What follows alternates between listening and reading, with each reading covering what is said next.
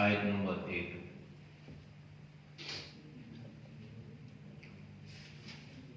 اعوذ باللہ من الشیطان الرجیم،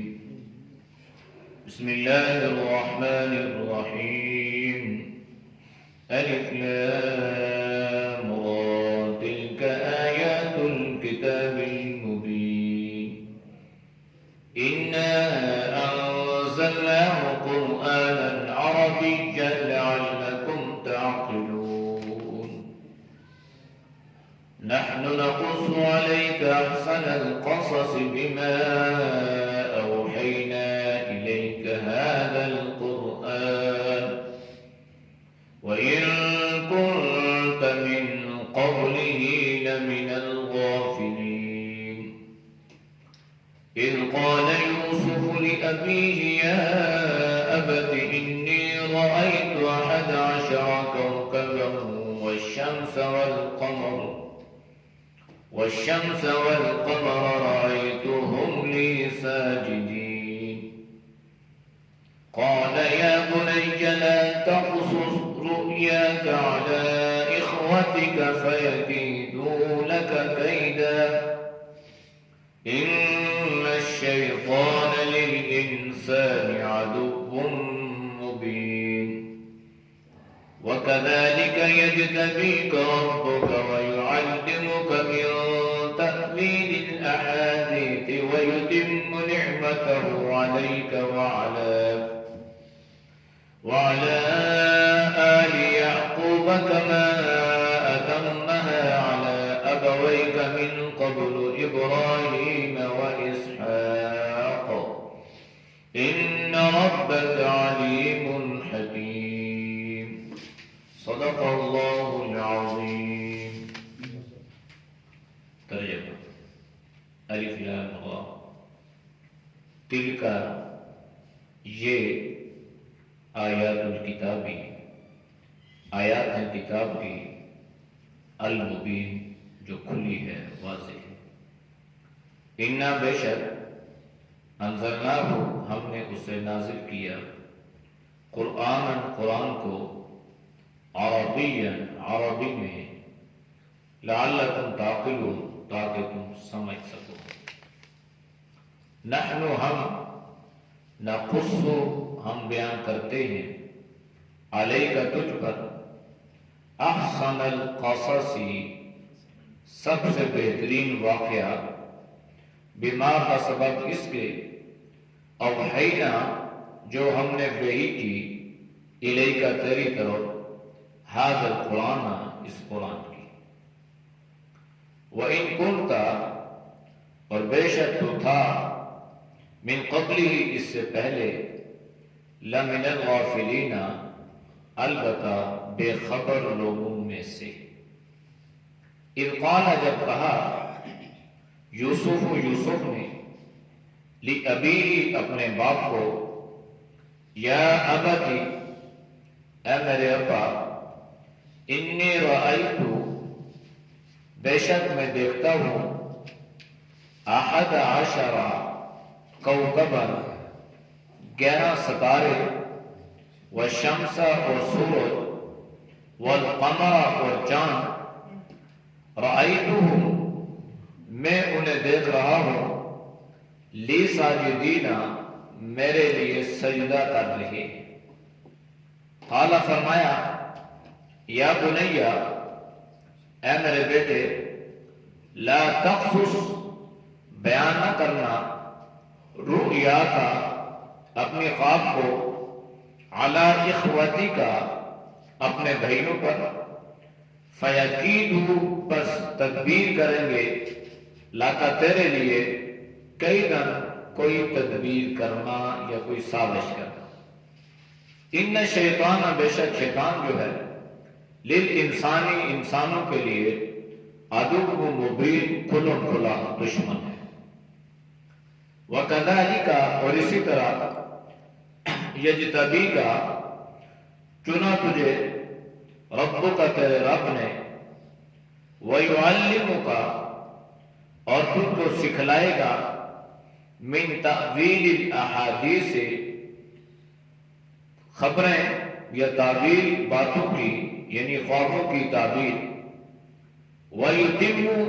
اور پورا کرے گا نعمتہ وہ اپنی نعمت کو علیہ کا تجھ پر،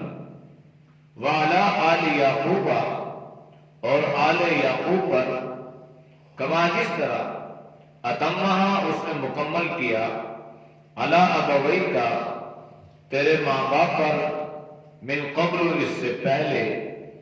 ابراہیم ابراہیم و اسحاق اور اسحاق،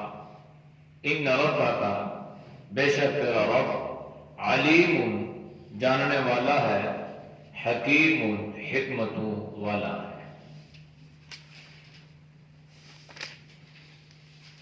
سورہ یوسف کا سورۃ الہود اور سورہ یونس کے ساتھ ربط اور تعلق یہ ہے کہ ان صورتوں میں بھی اللہ نے گزشتہ انبیاء علیہ الصلاۃ والسلام کے واقعات کو بیان کر کے نبی کریم صلی اللہ علیہ وسلم کو تسلی، تشفی اور اطمینان دلایا، دعوت کے اعتبار سے بھی، امت اور لوگوں کے رویوں کے اعتبار سے بھی۔ اس سورت کا نام سورہ یوسف ہے۔ پوری سورت مکہ میں نازل ہوئی، 4 یا 5 آیات کے بارے میں علماء مفسرین کا یہ اختلاف ہے کہ وہ مدینہ میں نازل ہوئی، باقی بالاتفاق اس سورت کا نزول مکہ مکرمہ میں ہوا۔ یہ بات یاد رکھیے گا کہ قرآن کریم نے جو بھی واقعات بیان فرمائے ہیں وہ کوئی من گھڑت یا کوئی افسانے نہیں ہیں، بلکہ اس میں عبرت ہے، موعظت ہے، نصیحت ہے، اس میں تاریخ ہے، اور بہت ساری چیزیں اللہ نے ان واقعات کو سامنے رکھ کر بیان فرمائی ہیں۔ لیکن وہ جتنے بھی واقعات اللہ نے بیان فرمائے ہیں قرآن کریم میں، ان کو اللہ نے ضرورت کے تحت جگہ جگہ ذکر فرمایا ہے۔ حضرت موسیٰ علیہ السلام کا واقعات قرآن کریم میں بے شمار جگہوں پہ آپ کو ملیں گے، لیکن تسلسل کے ساتھ پورا واقعہ آپ کو پورے قرآن میں نہیں ملے گا۔ حضرت یونس علیہ السلام کا اللہ نے قرآن میں کئی جگہوں ذکر فرمایا، حضرت ابراہیم علیہ السلام کا ذکر فرمایا، جناب آدم علیہ السلام کا ذکر فرمایا، کہ پورے قرآن کریم میں ان واقعات کو اللہ نے ذکر فرمایا۔ ایک جگہ اگر پورے قرآن میں کوئی واقعہ آپ کو ملے گا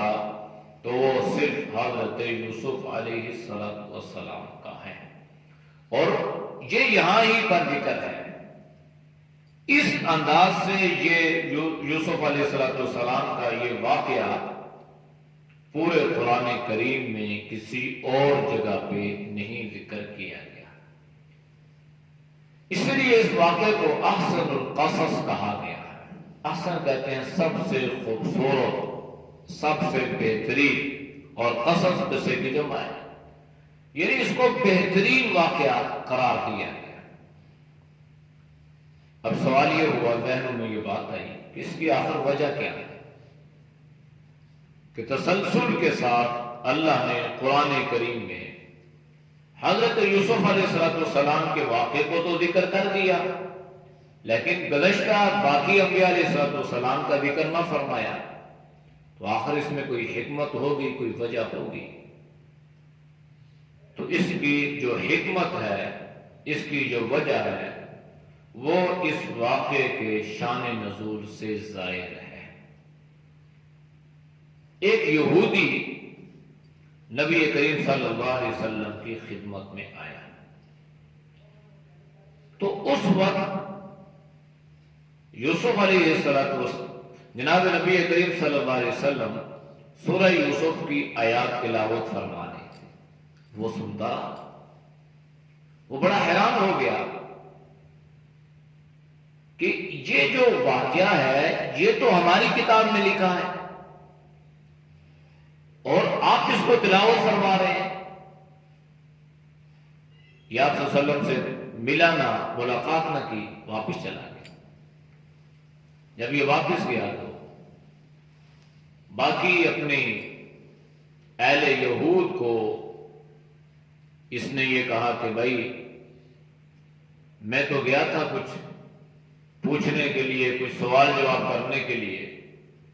لیکن میں نے تو وہاں پر ایک عجیب بات یہ سنی کہ وہ جو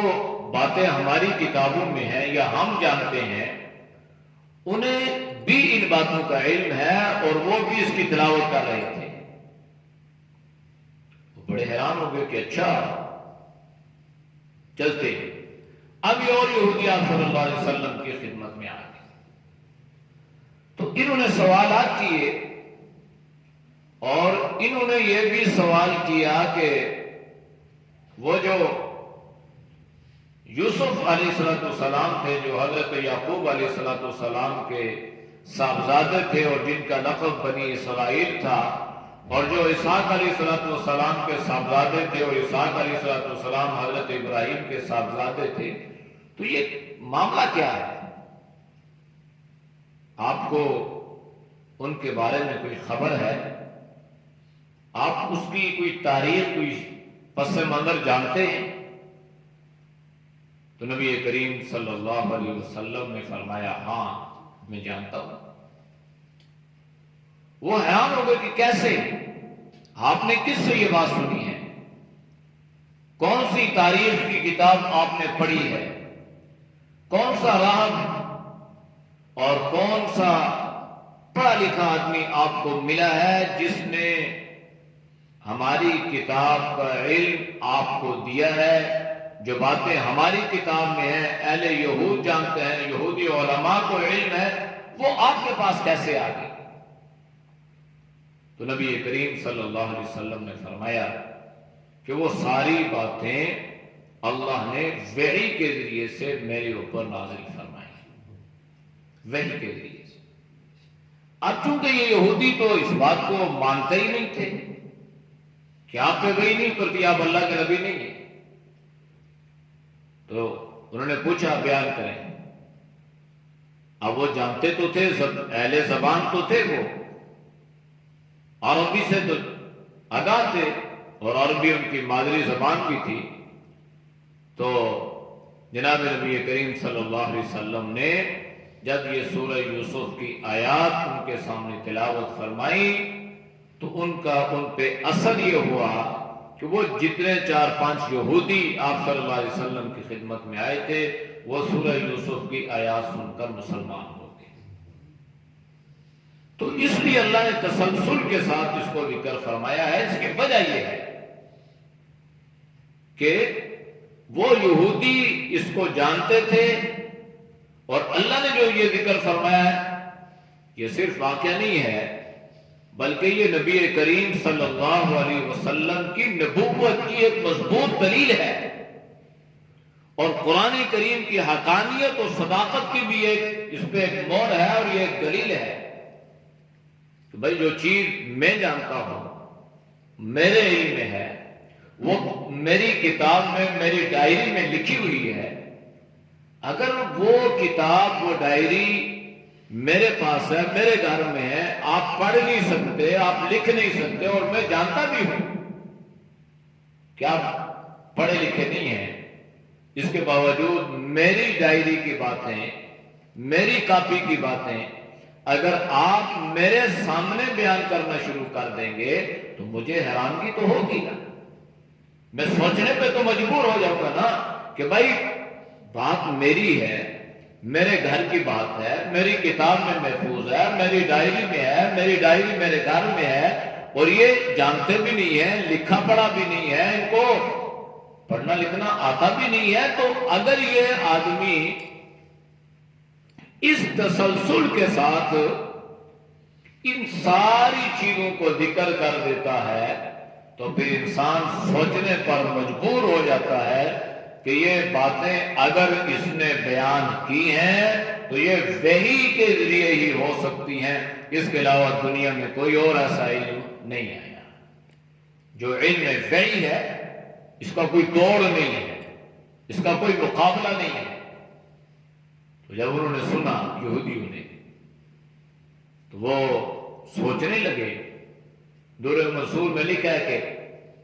ایک دوسرے کے منہ کی طرف دیکھنے لگے، بھائی یہ کیا ہو رہا ہے؟ حیرانگی ہوتی ہے نا، تجسس ہوتا ہے، اور اس حیرانگی میں انسان ایک دوسرے کی طرف، بھائی تو نے تو نہیں بتایا، ایک دوسرے آپ نے تو نہیں بتایا، آپ نے کوئی کتاب تو ان کو پڑھ کے نہیں سنائی نا؟ بھائی میں نے تو کوئی کتاب نہیں پڑھی، میں تو کوئی جانتا نہیں ہوں، میری کتاب میرے گھر میں محفوظ ہے۔ تو معلوم یہ ہوا کہ اگر ہم نے ان کو بتایا نہیں ہے اور انہوں نے ہمیں جو بات پڑھائی ہے سنائی ہے وہ 100% سچی ہے، تو معلوم یہ ہوا یہ اللہ کے نبی ہیں، لہذا موقع سے فائدہ اٹھانا چاہیے۔ اسی وقت یہودی کلمہ پڑھ کے مسلمان ہو گئے۔ اس لیے اللہ نے اس کو احسن القصص بھی قرار دیا، اور اس لیے اس میں تاریخ کو بھی اللہ نے بیان کر دیا، اور ان لوگوں کی ہدایت کا ذریعہ بھی اللہ نے بنا دیا کہ اس کے ذریعے سے لوگوں کو ہدایت اللہ نے نصیب فرما دی۔ یہ تسلسل کے ساتھ پورا واقعہ آگے آ جائے گا، وہاں پر موقع کی مناسبت سے اس کو بیان کر دیا جائے گا۔ اس کا آغاز حروف مقطعات سے ہوا ہے، الف لام را، اور آپ جانتے ہیں قرآن کریم میں جتنے بھی یہ حروف مقطعات ہیں، قطع الگ الگ ٹکڑے ٹکڑے، یعنی ایک ایک کر کے پڑھنے کو قطع کہتے ہیں۔ اس کے بعد اللہ نے قرآن کو بیان فرمایا ہے، الف لام میم ذالک الکتاب، الف لام میم اللہ لا الہ الا هو الحی القیوم نزل علیک الکتاب بالحق، الف لام میم صاد کتاب انزل الیک فلا یکن فی صدرک نون والقلم وما یسطرون طه ما انزلنا علیک القرآن۔ تو یہ قرآن میں اللہ نے جو ذکر فرمایا تو اس پر مفسرین نے لکھا ہے کہ گویا اللہ ہم کو ایک اہم بات بتلانا چاہ رہا ہے، اور وہ اہم بات یہ ہے کہ یہ جو قرآن ہے نا یہ اللہ کی کتاب ہے، تو جب قرآن کو اللہ کی کتاب مان لیں گے تو لازماً آپ صلی اللہ علیہ وسلم کی نبوت کو تسلیم کرنا پڑے گا۔ اس لیے اللہ نے قرآن کی حقانیت اور قرآن کی صداقت پہ زور دیا اور فرمایا تلک آیات الکتاب المبین۔ یہ جو آیات ہے نا، یہ جو آپ سن رہے ہیں، یہ کوئی عام آیات نہیں ہے، بلکہ یہ کتاب مبین، کھلم کھلا مبین، جو بین واضح ہو، ظاہر ہو، جس میں کوئی شک نہ ہو، جس میں کوئی شبہ نہ ہو۔ فرمایا یہ وہ آیات ہیں۔ انا انزلناہ قرآنا عربیا، ہم نے اس قرآن کریم کو عربی زبان میں نازل کیا۔ عربی میں کیوں؟ پہلے عبرانی بھی تھی، سریانی زبانیں بھی تھیں، اللہ نے قرآن کو عرب میں اتارا، عربی زبان میں اتارا، اس لیے کہ یہ اہل عرب جو ہیں یہ فصیح اللسان ہے، اور عربی ایک ایسی زبان ہے جس میں اللہ نے اتنی فصاحت اور بلاغت رکھی ہے کہ ایک ایک حرف پر جو ہے نا کئی حروف جو ہے وہ نکلتے چلے جاتے ہیں۔ ایک حرف ہے ضربن، اب اس سے ضربا ضربا ضربو ضربت ضربتا ضربنا ضربتا ضربتما ضربتم ضربتی ضربتما ضربتن ضربتو ضربنا، پھر اس سے ضربا یضرب ضربا فهو ضارب وضرب یضرب ضربا فذاک مضروب لم یضرب لم یضرب لن یضرب۔ اب یہ ہے تو ایک ضرب مصدر ہے جس سے آگے گردانیں بنتی جا رہی ہیں، اس میں ماضی بھی ہے، مضارع بھی ہے، امر بھی ہے، لیکن اس کے باوجود اس کی فصاحت اور بلاغت میں کمی نہیں ہے، ورنہ حروف جب پھیلتے ہیں نا تو اس میں فصاحت اور بلاغت میں کمی آتی ہے، لیکن قرآن کا یہ اعجاز ہے، اس کو جتنا پھیلایا گیا اس میں اتنی ہی فصاحت اور بلاغت آتی چلی گئی۔ تو تو اب یہ سارے اہل عرب تھے، اہل لسان تھے، عربی میں نہ اترتا تو لوگ کیا کہتے ہیں؟ بھائی ہماری تو زبان ہی نہیں ہے، ہمیں کیا پتا کیا لکھا ہوا ہے، کیا پڑھ رہے ہیں، ہمیں تو کوئی پتہ نہیں۔ جیسے ہمارے ہاں ہم بھی آدمی ہیں، ہمیں بھی قرآن سمجھ میں نہیں آتا، کوئی پڑھ رہا ہو تو پڑھتا رہے، ہمیں کیا پتا کیا پڑھ رہا ہے۔ من گڑت قسم کے لوگ واقعات بیان کر رہے ہوتے ہیں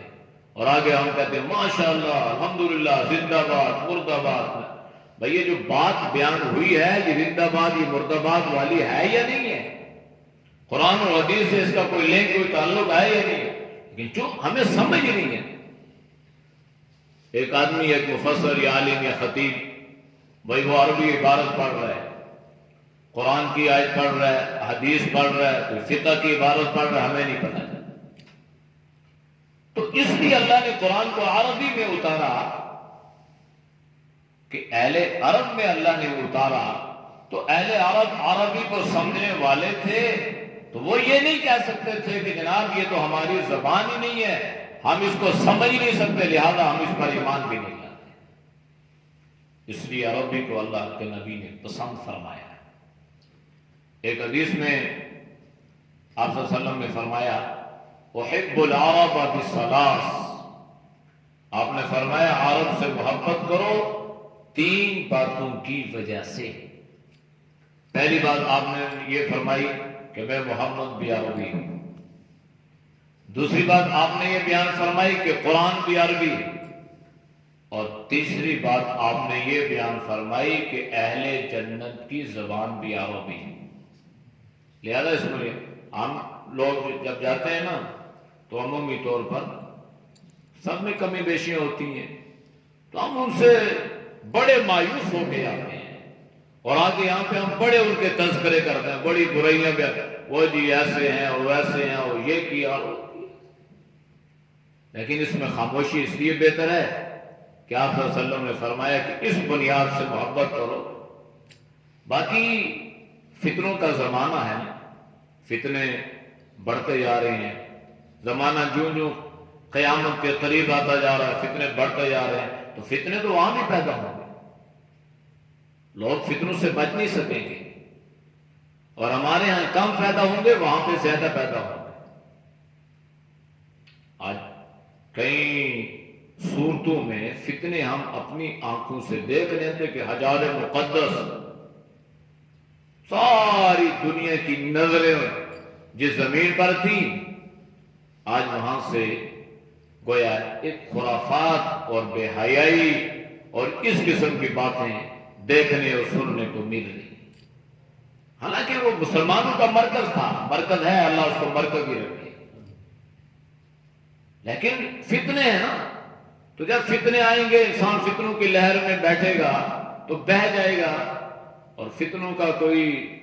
وہ تو سر پاؤں تو ہوتا نہیں ہے، عجیب عجیب قسم کے فتنے ہوتے ہیں۔ اب عرب کا بھی ایک یہ عجیب قسم کا اللہ معاف فرمائے اور اللہ ان کے لیے بھی خیر کے معاملے فرمائے، لیکن یہ جو نظام ہے سلطنت کا، شاہی نظام جو ہے نا، یہ کرسی کا جو انسان کو ایک نشہ ہے نا، جب انسان اس میں مبتلا ہوتا ہے تو وہ دین کو پیچھے رکھتا ہے، پھر اس کو آگے رکھتا ہے۔ حالانکہ دین کو آگے رکھیں اور باقی اس چیز کو پیچھے رکھیں تو پھر یہ فتنے جو ہیں یہ کم ہوں گے۔ بہرحال اللہ حفاظت فرمائے، تو ہمیں ان کے لیے بھی دعا کرنی چاہیے کہ اللہ اس کو، جیسے وہ پاک تھی اور جیسے وہ مسلمانوں کے مرکز تھے اور جیسے وہاں پہ شرعی قوانین نافذ تھے، تو اللہ کرے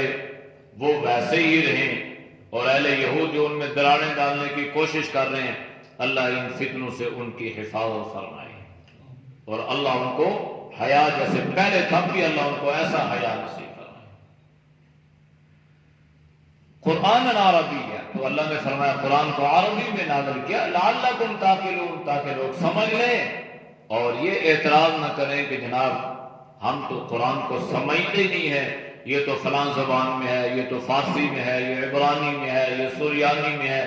ہم اس زبان سے ناواقف ہیں، لہذا اس لیے اللہ نے قرآن کو عربی میں اتارا۔ نحن نقص علیک احسن القصص، ہم اس واقعے کو آپ کے سامنے بیان کرتے ہیں، نحن نقص علیک، ہم آپ پر اس کو بیان کرتے ہیں۔ اللہ خود فرما رہا ہے کہ ہم نے آپ کو اس پہ بیان کیا۔ اور احسن القصص، جتنے واقعات اللہ نے قرآن میں بیان فرمائے ہیں، کسی کو اللہ نے احسن نہیں قرار دیا، اس واقعے کو اللہ نے احسن اسی بنیاد پہ قرار دیا ہے۔ یہ بہترین واقعہ ہے اور اس میں اللہ نے تسلسل کے ساتھ اس چیز کو بیان فرمایا ہے۔ بعض چیزیں ایسی ہوتی ہیں نا کہ مختصر کریں گے تو بات سمجھ میں نہیں آئے گی، طوالت میں چلی جائیں گے تو بھی بات سمجھ میں نہیں آئے گی۔ لیکن اگر کسی چیز پہ انسان لیکچر دے، آپ کوئی چیز جو ہے وہ کہتے ہیں جی آپ فرض مالا آپ غیبت پہ بات کریں، تو اگر میں اس کو اختصار کروں گا تو اس کا صحیح مفہوم واضح نہیں ہوگا۔ اگر میں اس کو بہت جو ہے وہ طوالت میں لے جاؤں گا، اس کو بہت لمبا کر دوں گا تو بھی انسان کو یاد نہیں رہے گا۔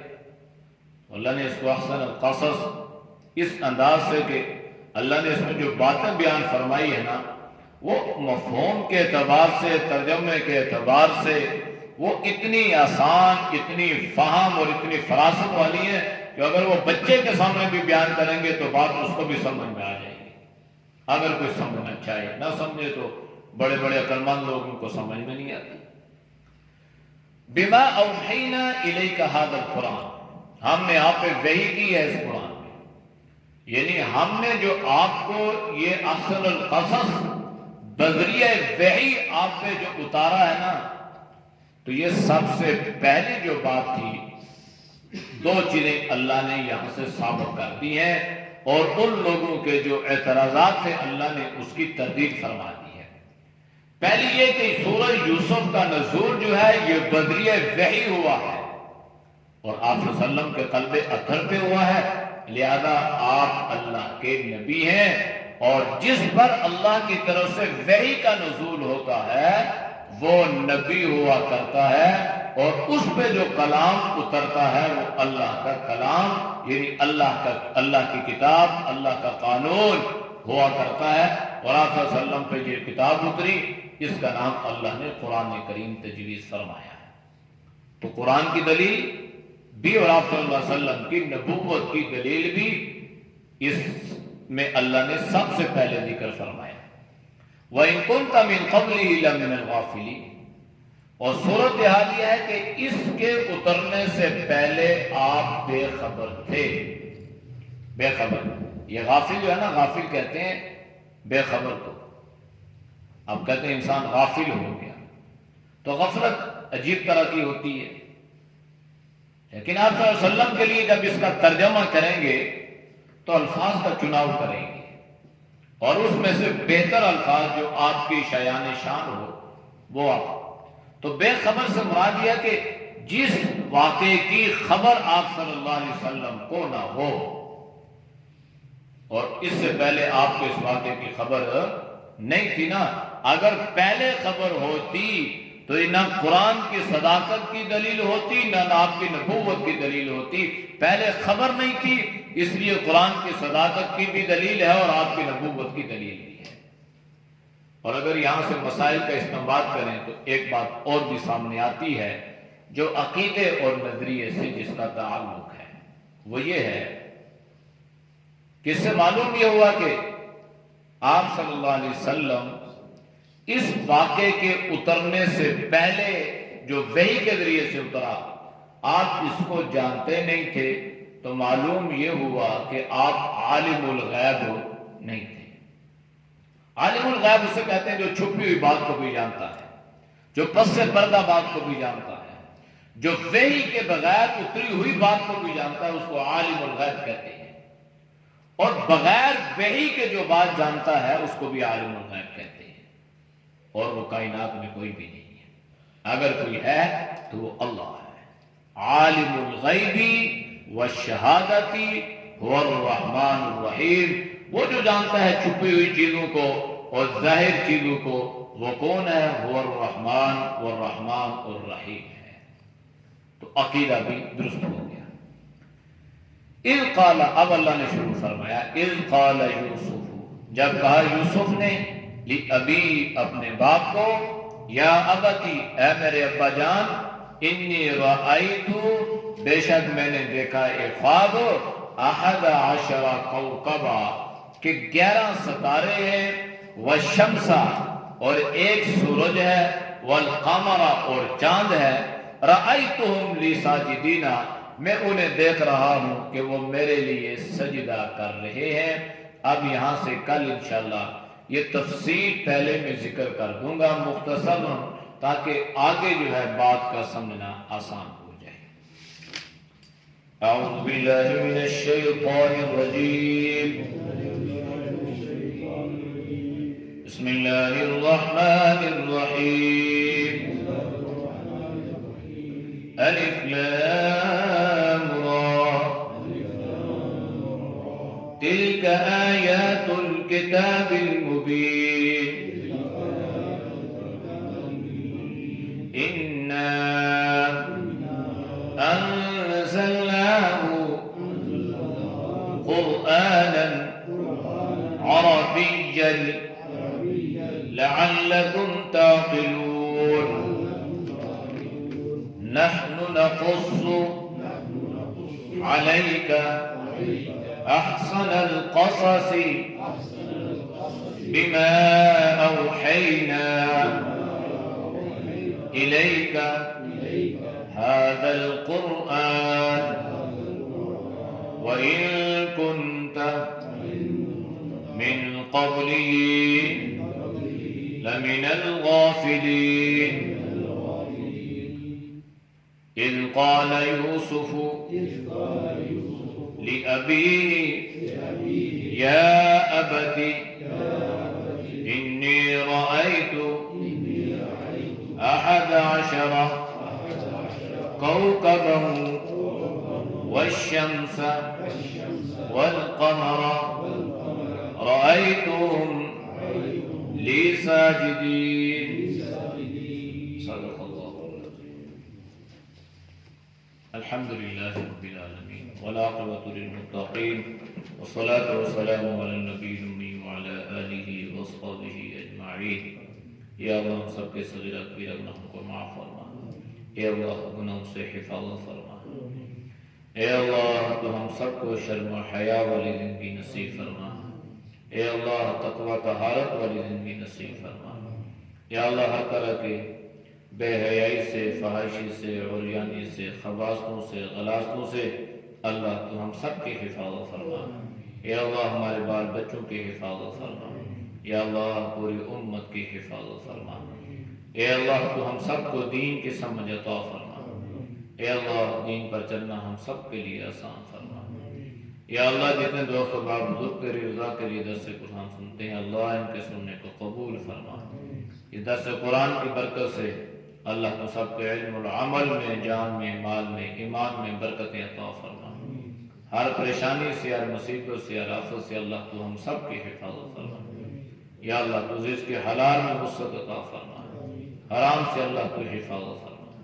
صلی اللہ تعالی علی نبی الأمی وعلی آلہ وصحبہ اجمعین برحمتک یا